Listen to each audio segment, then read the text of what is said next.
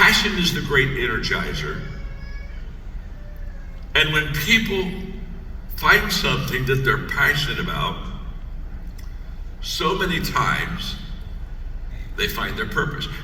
Your passion, what you love to do, and your purpose, what you're called to do, many times, most of the time, they match. Not always, but most of the time. So when people are saying, John, I'd like to find what my passion is or what my purpose is in life, the first thing I say is, well, talk to me about what you love, what you do. Because what's beautiful about passion is it provides energy.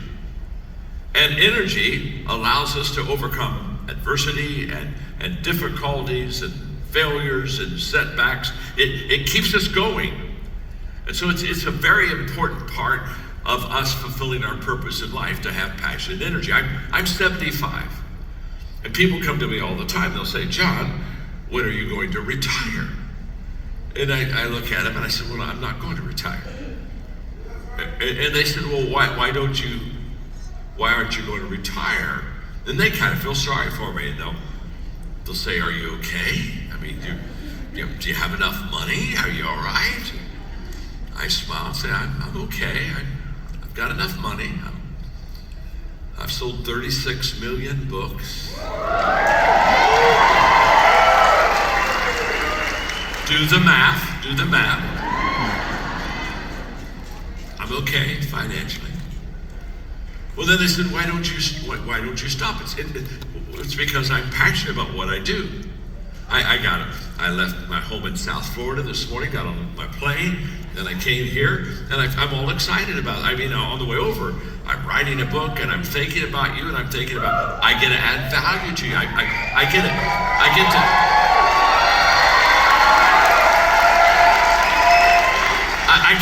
get to meet new friends. I get to add value to you. I get to make a positive difference in your life. I get to put you on the pathway to success. I mean, think about it. What better thing could I do today than be with you and add value to you? I'm passionate about it. That's what keeps me going. This is very important. Now, if you're passionate about something, listen carefully, that you're not good at, don't make it a career. Make it a hobby. Because you have to be good at what you're passionate at, which takes me to the second path that will help you find your purpose. The first path is passion, and the second path is your strengths, your giftedness, your abilities. You and I were created by God to be good at what our purpose is. And the way that He helps us be good at what our purpose is He gives us gifts and strengths and abilities in line with what we should do. And so it's your strengths, that really helps you discover your purpose. This is amazing. This is life-changing once we begin to understand that what I'm good at is normally what I'm called to do. That's the way that it works. What are my strengths? Because that'll lead you to your purpose. Now, in our culture, we're taught to work on weaknesses, not on strengths. If you're in education, if you're in school, if you got an A in math and you got a C in language, they say, well, work on your language. And I'm here to tell you, that's a mistake. I'm saying if you got a C in English or language, just thank God that you got a C. You probably deserved a D. I don't know. But here's what I know. Don't miss this. In the area of giftedness and abilities, you can only increase two numbers. Don't miss this. So let's say from a 1 to a 10, I have a weakness. I'm not very good in an area. So what am I? Maybe I'm a 3 out of 10. I'm pretty low. I'm below average. I'm a 3. What that means is that if I work real hard, I could become a 4. Maybe I could become a 5. And 5's average. And people don't pay for average. You'll never be successful being average. If you want to be successful, you have to get into the top 20% of your vacation. If you want to be very successful, you have to get into the top 2%. And the only way that you can get into the top 2% is to work on your strengths, not your weaknesses. See, if I work on my weaknesses, I can go from a 3 to a 4 to a 5. That's not going to accomplish anything for me. But if I work on my strengths, I find out what I'm good at. Let's say I'm a 6, I'm above average, a little bit above average. I'm a 6 or a 7. Well, what does that mean? I could become an 8, I could become a 9. Now, when I become a 9, people stand in line for 9s. And that's where you want to go. You really want to get into that top 20% for sure, 2% for greatness. And the only way that can happen is to constantly work on your strengths. So, to find your purpose, because success, first of all, is knowing my purpose in life, I have to find my strengths. And if what I'm good at, I'm passionate about, I can almost promise you that you are going to have a very successful life. When I see people that are in their strength zone and they're passionate about that strength zone, they become highly, highly successful. My father just passed away a couple years ago. He worked full time up through his 95th year. And he was amazing. And in fact, we were having lunch one time when he was about 93, and he looked at me and said, "John, look at me." He said, "My greatest days are still ahead of me." And he's 93. Why? Because he was filled with passion. I know people 23 that can't say that. So, what am I passionate about? And is my passion matching what my strengths are? Because if that's the case, you will discover your purpose in life. That's the first part of what success is, knowing my purpose in life. The second part of success is about growing. Growing to my maximum potential. This is huge. I am known around the world for teaching and writing about leadership. But what I'm more passionate about than leadership is personal growth and development. I wrote a book several years ago called The 15 Laws of Growth.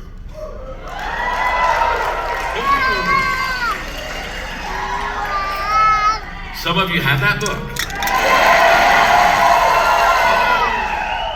Bless you, bless you, bless you.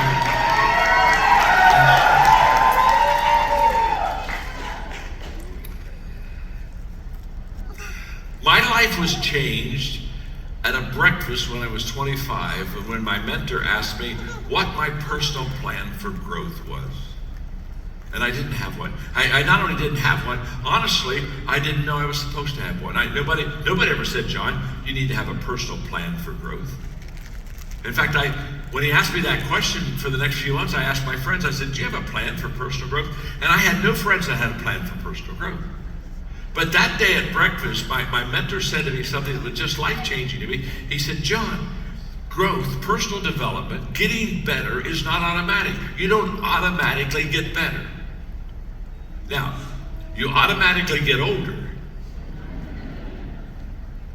Just keep breathing. You automatically get older, but you don't automatically get better." That was a life-changing discussion for me for two reasons. One is it emphasized that I needed to spend my life in personal development growth, which I have and I still do. And second, that I had to be very intentional. That greatness is not a result of just luck, or greatness is not a result of just hoping. Hope's not a strategy. Greatness is a result of being intentional. And so at 25, 50 years ago, I became intentional in my personal growth and development. And I still to this day live and work a personal growth plan. I still am learning. I'm still asking questions. I'm still reading. I'm still growing. I'm still listening to podcasts. I listened to 3 yesterday. I'm still asking questions. I'm still growing. And I'm so excited because as I'm growing, I'm still learning. And as I'm learning, I'm still teaching, and I'm teaching more, and I'm writing. And I'm writing a book right now, and I've written 86 books. And somebody asked me the other day, the lady said, she said, "John, you've written more books than I've read." But it's because I'm always learning, and I'm always growing. I mean, I have a personal growth plan now. In fact, I was at a convention, I was signing some books, and a guy came up to me, And he said, what is your personal growth plan? And there was I had maybe just a minute before I had to go do something else. And so I thought, well, he wants to know what my personal growth plan is. So I'll very quickly share it with him, and I did. And I'll never forget, when I finished sharing with him my personal growth plan, he just looked at me and said, well, I don't like your plan. I said, okay. I said, what's your plan? He said, well, I don't have one. I said, I like mine better. I like mine better. And when we get into how to become successful, I'm going to help you. I'm going to give you some amazing insight on areas that you need to personally grow in so that you'll be highly successful in this business. But for the point right now, it's very simple. Success is growing to my maximum potential. The only guarantee that tomorrow is going to get better than today is that you're growing today. And if you're growing, and if you're learning, and if you're expanding your mind, you're practicing, you're developing, I promise you, the future is going to be extremely bright for you. So you want to make a commitment to personal growth. So success is knowing my purpose in life. It's growing to my maximum potential. And it's one more thing. It's sowing seeds that benefit others. Success is not just about me. It's about others. It's about you. You see, when I think of success, I think of what I have, my assets, my homes, my car, my plane, my stuff, my net worth. That's my stuff.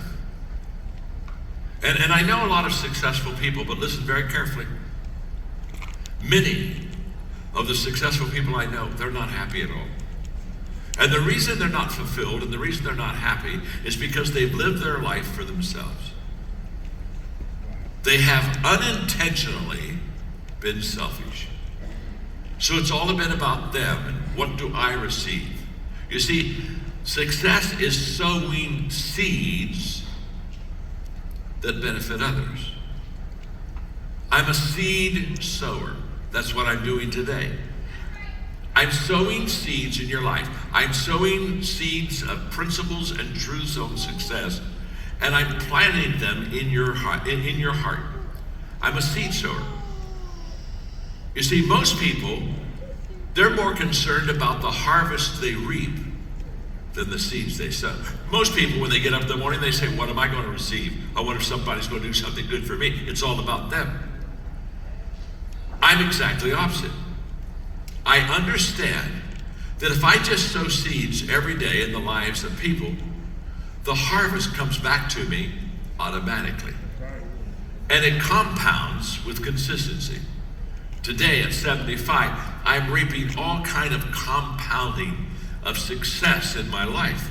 And it's absolutely, I started a coaching company 11 years ago. It's the largest coaching company in the world today. Now, how did that happen? Oh, we may have a couple coaches in here anyway. But how did that happen? How did we grow to the largest coaching company in the world in 11 years? It's because for 50 years I've been sowing seeds. I've been helping people. I've been adding value intentionally to people. It's not about me. It's all about you. So you see, selfishness is acquainted to personal success, but significance is all about others. And selfishness and significance are not compatible. And I want to encourage you in your life to know your purpose in life and grow to your maximum potential. But as you're knowing your purpose and you're growing to your maximum potential and you're building your business, and I'm pulling for you all the way, I want you to understand that you're to pass it on. God will only give to you what he knows will flow through you. And so my success today is being here with you and sowing seeds. I'm not worried about a harvest. I'm not looking for a return. I'm just giving because I know the return is automatic. Sowing seeds, you have to be intentional in. So seed sowing is not automatic. But if you sow the seed, the harvest is absolutely automatic in your life. That's who I am, and that's what I do. I constantly help people live a life of success so that they can be significant. Now, I've defined success, knowing my purpose in life, growing to my maximum potential, and sowing seeds that benefit others. Let me drop one seed sowing act upon you right now. If you go to the App Store, you can get for free the Maxwell Leadership app, okay? Just go to the Maxwell Leadership app. It'll pull up for you. And on that app, you'll get our podcast. You'll get my Minute with Maxwell every day. You can just get all kind of free resources and things that'll help you to really grow and develop in your life. Just go to the Maxwell Leadership app. I'm sowing seeds right now. I'm sowing seeds in your life, and it's for you to you just pull it up, and every day comes Minute with Maxwell. You know, here you pull it up, and gosh, there comes another podcast. By the way, our podcast is the #1 leadership podcast in the entire world. We have over 25 million people. Okay, 25,000 people a day tune into our podcast. But it's free. It's just go to the Maxwell Leadership app. It's free. Now you'll also find as you explore that, I don't know, for something like $10 a month, you can get teachings from me. This gets huge. This gets absolutely huge. Where I'm teaching you for 3 minutes, and I become a long distance mentor through the app. But you look at the app, you figure how far you want to go. If you really want to be big time, you can get lessons from me every week, of which I will teach you leadership that you can turn around and teach your group leadership. This begins to be absolutely huge. I mean, so you go as far as you want to, okay? But what I just want to go to the Maxwell Leadership app, and I will promise you, I'll sow seeds in your life. Now, okay. How are we doing? Are we learning something? Here we go. Now, remember, my name is John, and I'm your friend, okay? That's who I am. Now that we've decided that we need to grow to our maximum potential, we find a purpose. I've got to grow. And in my growth, I'm going to serve people, sow seeds, help people, add value to people. The question is this: in what areas do I grow? Because I don't have time to know everything. I don't have time to read everything. I don't have time to just every day consume material and hope that it helps me become successful. So what do I do? How do I make sure that what I'm reading, the people that I'm with, the questions that I'm asking, how can I make sure that they're going to help me to become highly successful? When I was in my 20s, late 20s, I asked myself that question. And the reason I asked myself that question is that I had a mentor named Les, and one day we were having lunch, and he had written 5 books. I had no intention at all to be an author. But I was asking Les, I said, Les, why do you write books? And he said, I write books to influence people in a positive way that I'll never know or I'll never meet. He said, my books go where I won't be able to go. And I remember when he told me that day, I leaned into him and I said, I'm going to become a writer. And that was the day I decided that I wanted to write books. I didn't want to write books to write books because I was in love with writing. I wanted to write books to help people like you that I had never met before. In fact, let me just show you what I mean. How many of you have at least one of my books? Now, the people that raise their hands are truly the great leaders in this room. Now, see, I just have proven my point. I started writing books to add value to people that I didn't even know. This is my first time to be with many of you. This is our first meeting together. But I've already been influencing you. I've already been helping you. I've already been adding value to you. So I said, if I'm going to add value to people, what are the things that they need to do to be successful? Remember, we've defined success. What is it? Now, how do we become successful? And I'm going to share with you 5 areas that you have to focus on to be very successful in life. And this is going to be so helpful to you, and that's why I'm so glad I'm here. And Jose, again, thank you for inviting me, and thank you for letting me meet your incredibly wonderful people.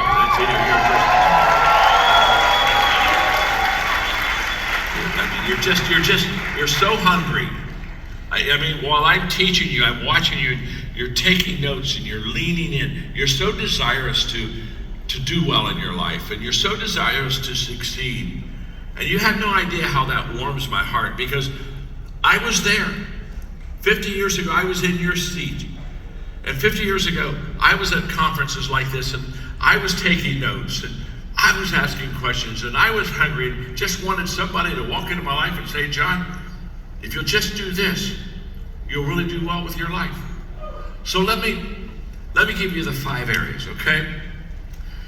Again, when I started writing books, I picked these 5 areas because I think these are the ones that will make the biggest difference in your life. And I said, I'll write my books in these 5 areas. This is where I'll do most of my writing, most of my speaking. So here we go. In fact, let me give you a kind of a handle so that you'll remember this. Just think of the word clear, C-L-E-A-R. Each one of the 5 things will start with one of the letters of clear. So let's start with the letter C.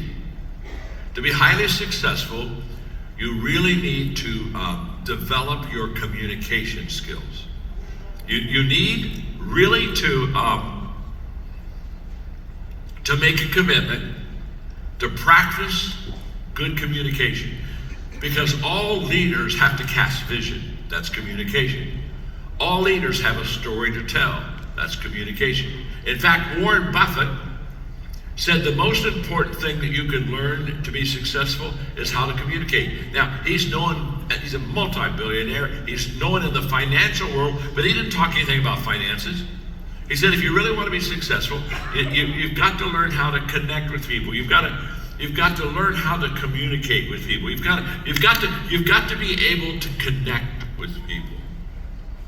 So and by the way, I have a book coming out on communication in March. And I'm going to give it to you now, so you write it down. So in March, when it comes out, you get it on Amazon or wherever you get your books. And by the way, when you get the book, all of you, don't forget this. Don't forget this, because you're going to help me make this my 60th bestseller, okay? And when they asked me, how did your book do so well? I said, oh, don't you know the people, the Great Awakening? I mean,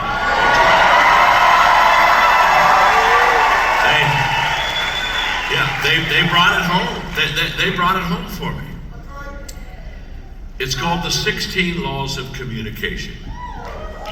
And I'll give you, and again, there are 16 of them. Let me just quickly give you, one, okay? And it's called the law of connecting. And the law of connecting says, communicators know that it's all about others.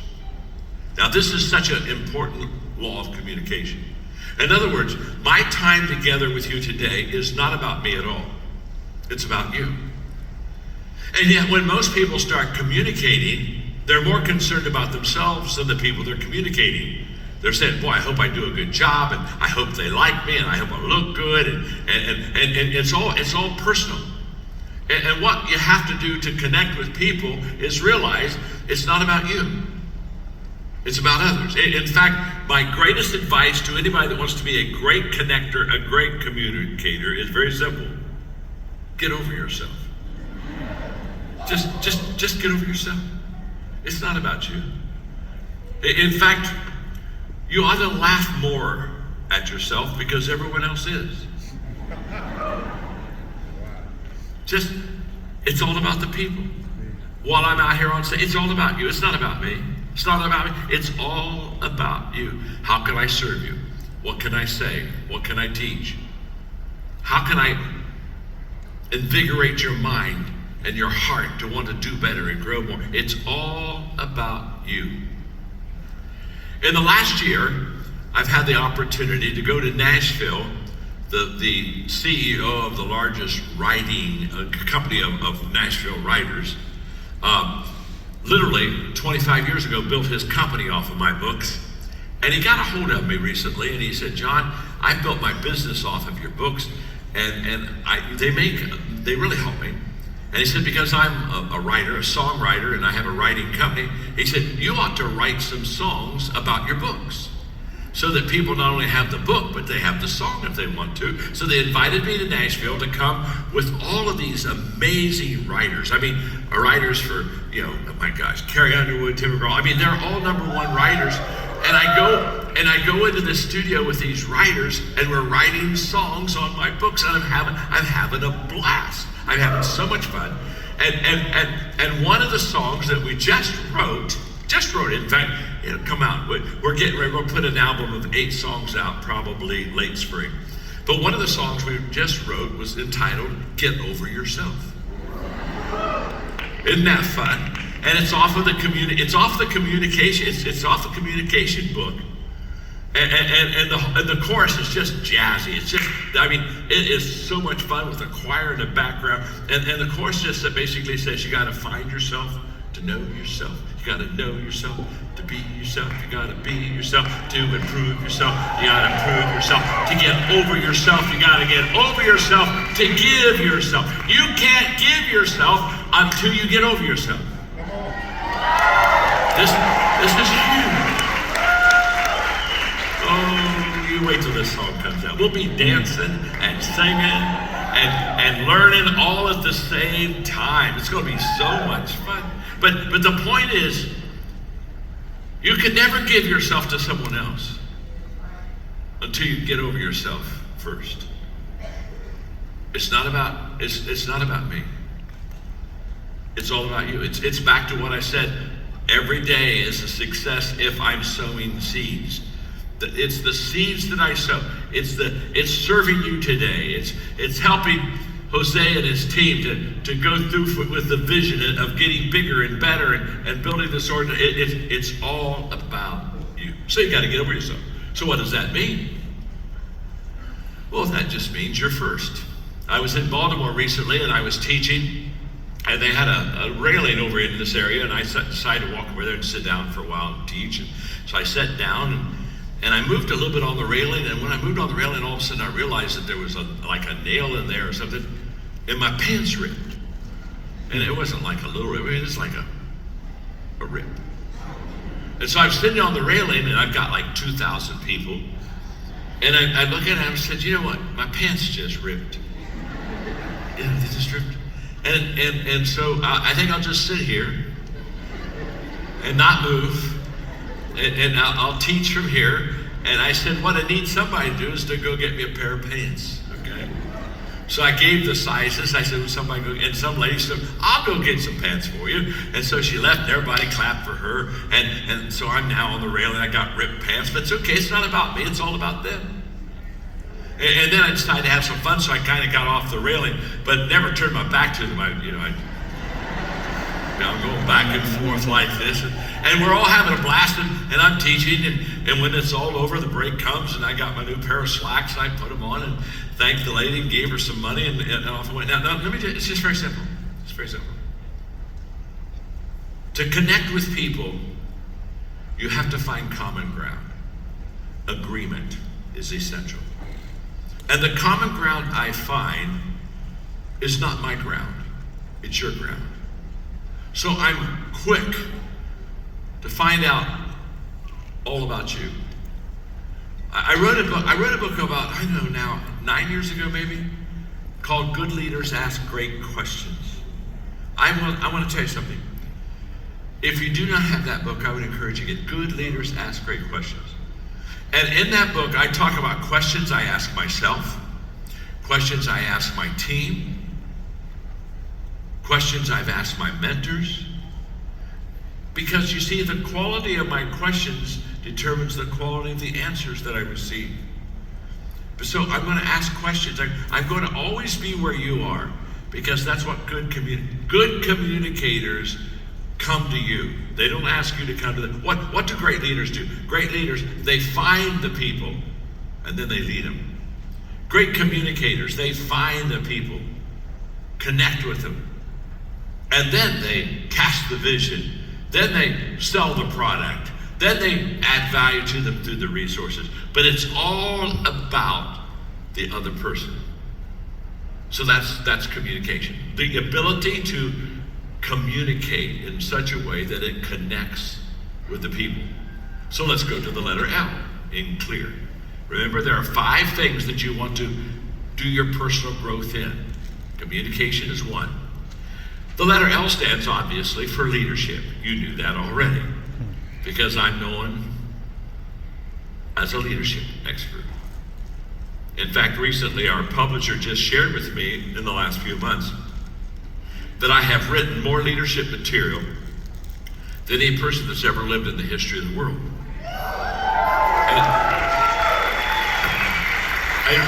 And when I was very surprised. I mean, when they told me that, I never, that wasn't my goal. And I was very surprised. But then I got to thinking about it. It's really no big deal to write more leadership material than anybody's ever lived. The only thing that's required is you gotta be old. If you're not old, you can't do that, you know what I'm saying? So you gotta be old. Now let's talk about leadership for a moment. I'm so passionate about this. And let me tell you why.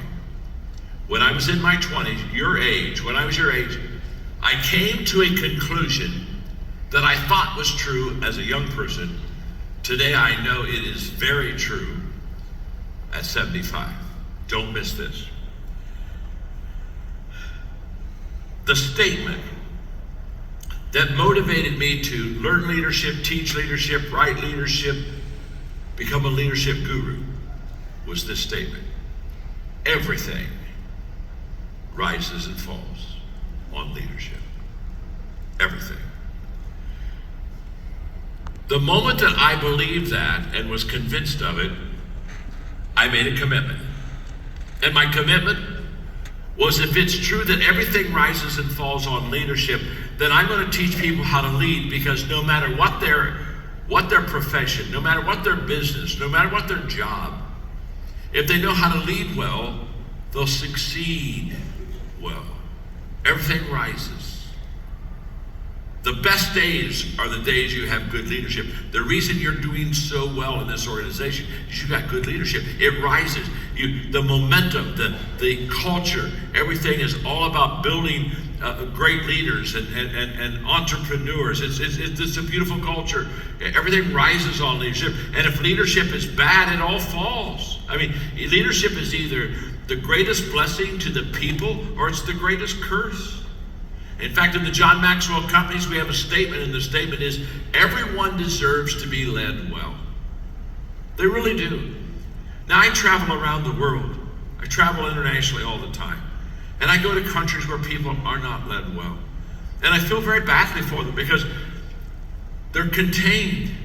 They have lids on their life. They're not going to ever be able to reach their potential, not because they lack potential, but because the leadership lacks potential. In my book, The 21 Irrefutable Laws of Leadership, I talk about the law of the lid.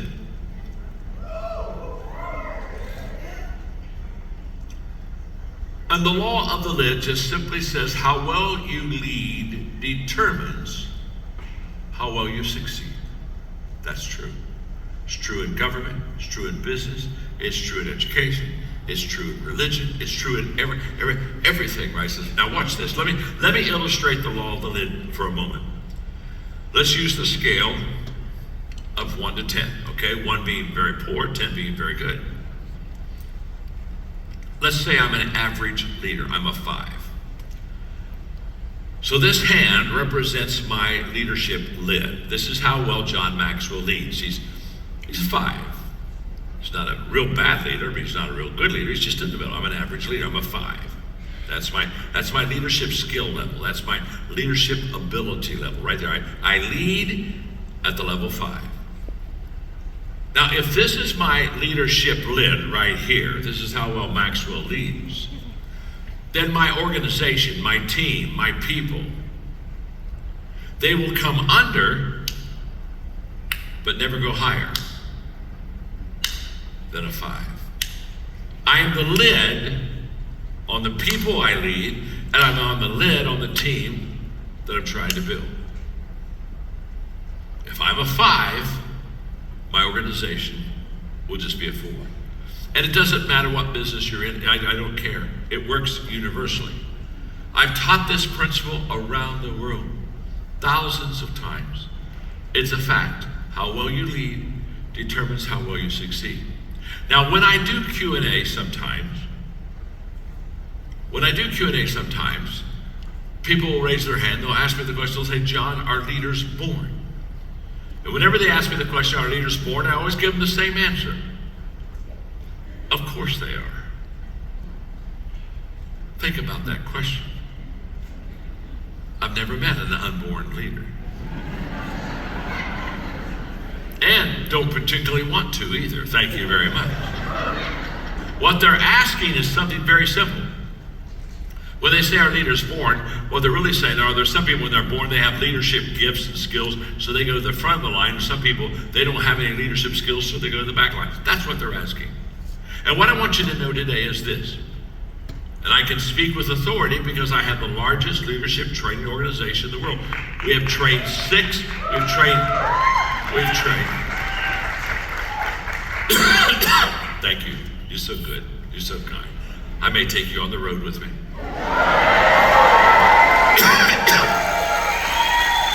I may sit you in the midst of all those other people so you can teach them how to cheer and get excited.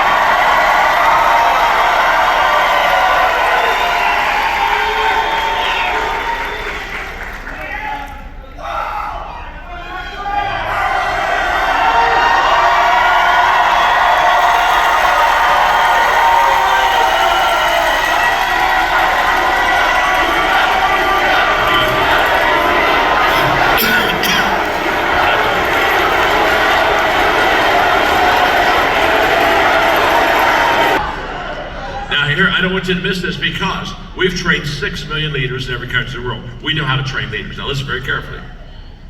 You can learn to lead. If you do not have my book, Developing the Leader Within You 2.0, in that book, I talk about 10 things you want to develop in your leadership that'll make you a good leader. It's the best mentoring leadership book I've ever written. Developing the Leader Within You 2.0. You can learn to lead. Now, here's what I don't want you to miss. Back to the illustration visually. Are you ready? Yes. I'm an average leader. From a 1 to a 10, what leader was I? I was a 5. You with me? Yes. So if I'm a 5, what is my team? What is it? It's a 4. That's exactly right. Now, we've decided though, you can grow and learn and develop your leadership skills. So watch what happens to the lid. I start really committing to personal growth and development and leadership, and I go from a 5 to a 6 to a 7. Wow, maybe over time I get to an 8. Now what have I done? I've lifted the lid of my organization. And guess what my people get to do? They get to go from a 4 to a 5 to a 6 to a 7. When you lift your own leadership skills and gifts, you lift the lid off of everyone else on your team and your organization. That's a life changer. Okay, now, I've got to hurry because I got 11 minutes and 9 seconds.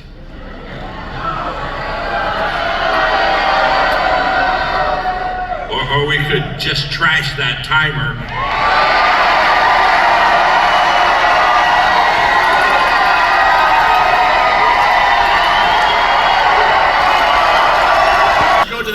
I want to talk to you about equipping. Because what you want to do is you want to develop great teams. And if you really want to compound your organization, it's your ability to equip people and develop teams that will make you more successful in this business than anything else. Your ability to recruit, equip, and develop your people is absolutely essential for your success in this business.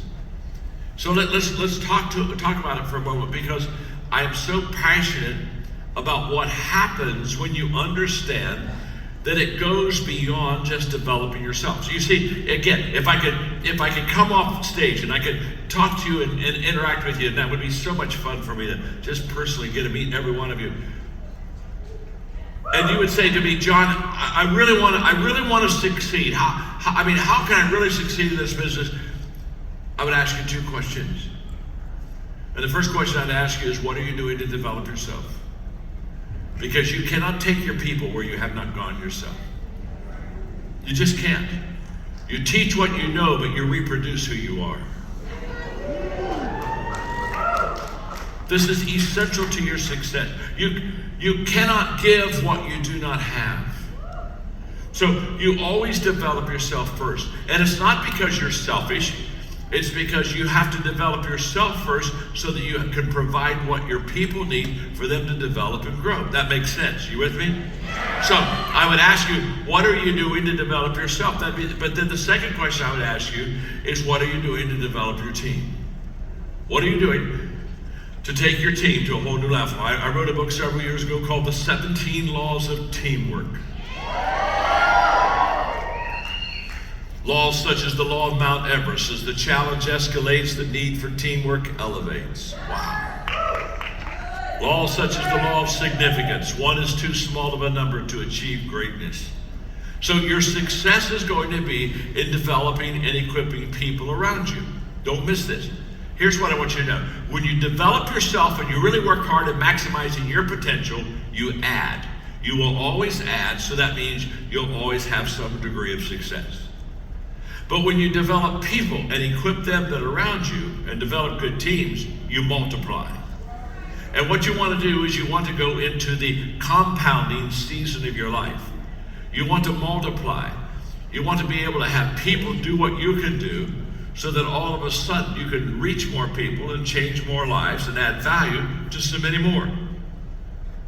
Now, in equipping, there's a part of my life that I do with equipping, and then it transfers over to empowering. And I'm going to take a couple of minutes, and I'm just going to give you these 5 steps, because these 5 steps are so essential to, again, you being a good equipper. And what's beautiful is, every one of these steps I give you now, you can do. They're not complicated. They're not hard to understand. They're very simple. In fact, before I give you these 5 steps of equipping / empowerment, before I give you these 5 steps, look at your neighbor and just say, even you can do this, okay? Even you, yeah, even you. Even you can do this, okay? Even you can do this. All right, are we good? Here we go. 5 steps to equipping people. Step number 1, I do it. Before I equip you to do something, I have to be good at it myself. I have never understood people who teach other people how to do something that they're not any good at. I mean, you came to hear leadership from me. You came to hear teamwork from me. You came to hear success from me because I'm good at it. I'm really good at it. None of you came today and said, I hope John teaches us to do ballet. I'm not a ballet dancer. You understand? I'm too fat. I'm too slow. I'm too old. I'm too awkward. I'm too everything. I'm not a ballet dancer. See, nobody ever comes and says, please, John, teach us the keys to being a great ballet dancer. You see, I teach you in the area of my strength. I teach you in the area that I'm really good at. I'm really good at leadership. I'm really good at teamwork. I'm really good at these things. So I teach you that now. So stage 1 is I do it. If you can't do it well, don't train somebody else to do it poorly. You're not going to reproduce yourself as far as greatness. So I do it. So the first key of equipping is you gotta master it yourself. Get good at what you're going to train others to do. Step 2, I do it and you are with me. I call that the power of proximity. There's great power when people come together and spend some time together. And especially if we spend some time together on the purpose of me equipping you to succeed in this business. And so now you're with me and you're watching me as I recruit. You're watching me as I make presentations. You're watching me. Leadership is visual. It's visual. 89% of everything you and I know in life, we learn visually through our eyes. 10% through our ears, and 1% through the other senses. Leadership is highly visual. People do what people see. They always have, they always will. So stage 2 is I do it, and you're with me, you're watching me, you're observing. And by the way, when I finish doing it, we go out, you ask questions, you follow me, and I say, well, here's why I did that. We have some interaction where I'm now teaching you off of the questions you're asked because you visually watched me. And I visually become your model. I visually become your example until I feel that you really are starting to catch on how this works. Then there comes a time I go to stage 3. I now hand the baton off of you, and you do it, and I'm with you. We're still close. We're still together. But now, instead of me leading the presentation, you're leading the presentation. And I become your coach now. I'm watching you. And after every session, we get together maybe for 15 minutes, a cup of coffee, and I say, now, when you made that presentation, let me give you 2 things that'll help you make a better presentation. And I tweak you and I coach you. That's an important part of equipping. So I do it, you're with me, you do it, I'm with you. Stage 4 is you do it. There comes a time when I say, you're ready. You don't need me anymore. You understand it, you're good at it. You're going to recruit people because of it. You're going to be able to build a team, and I release you. Now we're not together. You now you do it. Now here's the key. Do not miss this, because this is what's so important. Here's the key. Most people stop equipping at that stage. They say, "Wow, I just equipped Mary. My gosh, look at her. Look how good she's doing." There's a stage 5 where all the stage 5 is the magic. Stage 5, I wish I had an hour to teach stage 5. Stage 5 is where it happens. Stage 5 is the magic. Do not miss this. This is huge. Here we go. Stage 5 is you do it, and someone is with you. In other words, you have never equipped somebody until the person you have equipped is equipping somebody. That's where the multiplication. If you stop at stage 4, you add. If you go through stage 5, you multiply. The secret sauce of equipping is stage 5. In 19 years, I started with 3 people, and in 19 years, we trained 6 million leaders in every country of the world. How did we do that? How did we do that? We did it because we understand stage 5. We understand that I've never equipped you until you're equipping somebody. In fact, when I get ready to equip you, we have an understanding on the front end. I'll sit down with you and say, okay, we're ready. Maybe we're going to be spending a couple months doing the equipping here. I'm going to equip you, but here's what I want you to understand. When I'm done with you, you equip somebody. In fact, what I do is I ask them, who are you going to equip when I'm done with you? Because I want not only children, I want grandchildren. And I want great-grandchildren. And I want great-great-grandchildren. I want that constantly to be working and multiplying. Okay, so the E stands for equipping, the L stands for leadership, the C stands for communication.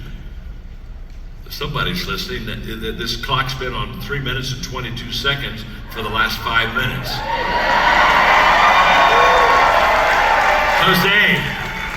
Jose, you're a leader, buddy. You're a leader.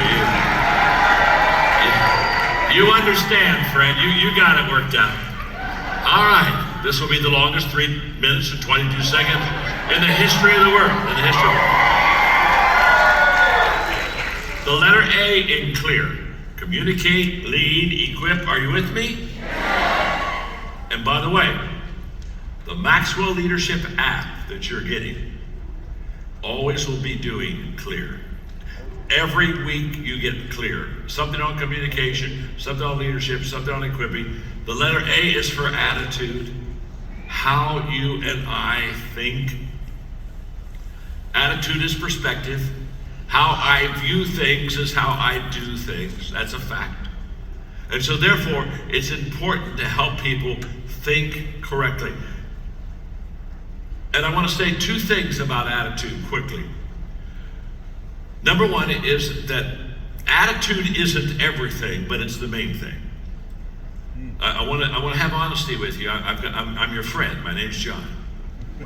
And you have to understand, I want to be honest with you, because there are motivational speakers that'll tell you, I hear them all the time, they'll go out and they'll say, attitude's everything. And whenever I hear them say attitude's everything, I'm going to say, no, my name's John. I'm your friend. It's not everything. Attitude can never replace competence. In other words, if you're incompetent, your attitude isn't enough. If you're incompetent, you're not going to build a business. You've got to be good in your skill set. Attitude won't make up for a lack of skills. Are you with me? So don't get lazy and say, well, I don't really know the business well, but I've got a great attitude. You see, if you have a great attitude but you're incompetent, the good news is when you're fired, you'll be happy. You'll go around saying, oh my gosh, I freed up my schedule. Oh my gosh, I got all kind of freedom. Attitude cannot replace experience. Never has, and never will.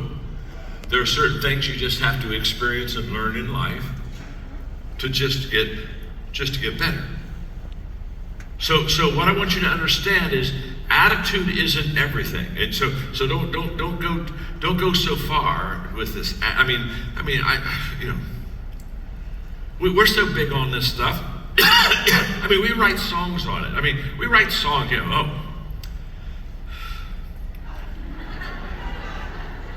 I believe I can fly.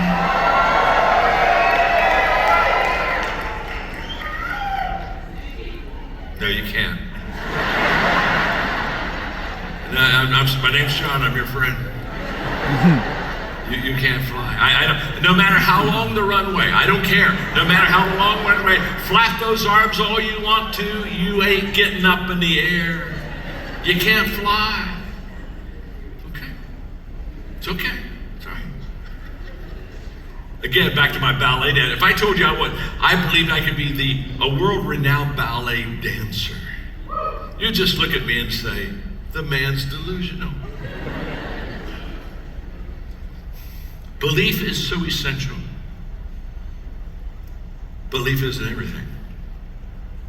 You have to put with a great attitude, which is so important in your life. You have to, with a great attitude, apply yourself and develop your skill set. So many people, when they get on the attitude kick, I watch them and they kind of go around and they're happy, but they're never successful. And it's because they get lazy and they're undisciplined and they want to smile, but they don't want to work. They don't want to study. They don't want to prepare. They don't want to pay a price. The other thing I want to say about attitude is that your attitude is a choice. It's a choice. This is amazing. You get to choose your attitude. Something's so important in your life and you can choose it. Attitude is a choice. That's why, by the way, when people have a bad attitude, I never pay any attention to them. Sometimes when people have bad attitude, we all go over there and we say, oh, come on, it's going to be okay. Lift up your cheer, you're okay. We love you. Let's hold hands, let's sing Kumbaya. It's all right. No, if you got a bad attitude, I don't even want to be around you. I try to run from you as fast as I can. Because can I tell you something? You chose that attitude. You're totally responsible for it. I'm not responsible for it at all. Margaret and I were doing a seminar many, many years ago. In a Q&A, somebody asked us, she said, does John make you happy? I thought, that's a great question because I think I'm an amazing husband. And Margaret looked right back at the lady that asked it, and she just quickly, she said, no, she said, John doesn't make me happy. And it got real quiet. Everybody got, oh my God. And I looked at her, I said, honey, sweetheart, hey baby.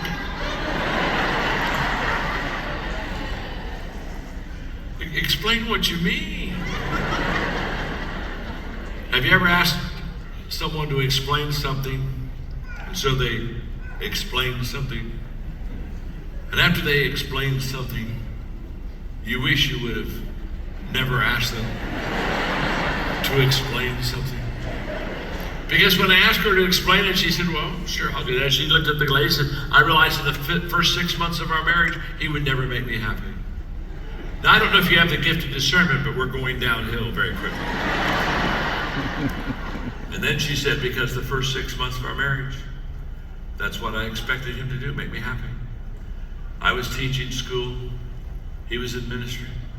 I'd come home from school and say, we'll have dinner tonight. And he'd call me and say, honey, I'm at the hospital. Somebody got hurt. I'm not going to be able to be for dinner. Or I had a great, she said, I kept saying, he'll make me happy. He'll make me happy. She said, about 6 months of marriage, one day I awakened and I said to myself, my husband will not make me happy. I'm the only person in this world that can make me happy. And then she said, and the day I decided to make me happy, he has added immeasurably to my happiness.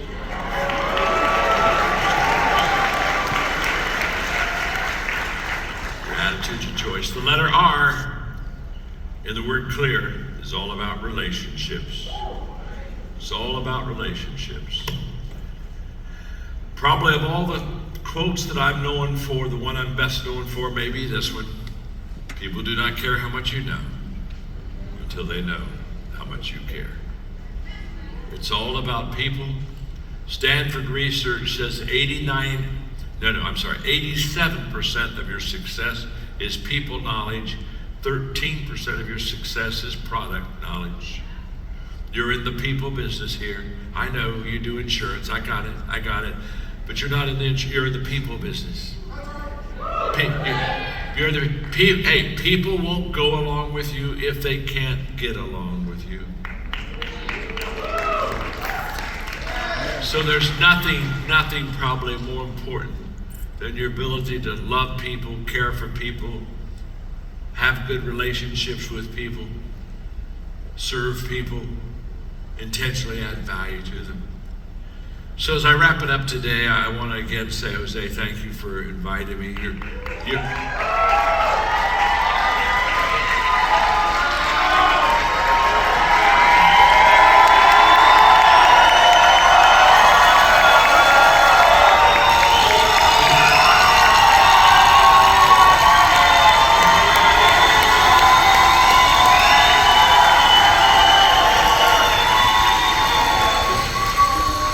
I'll direct the orchestra and the choir.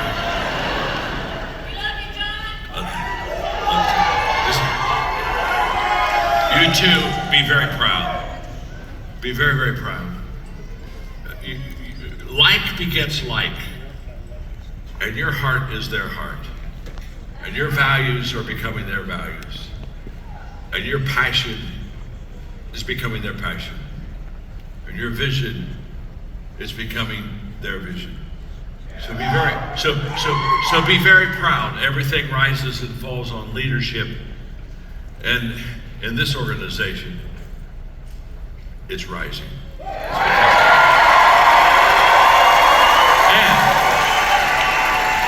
And for all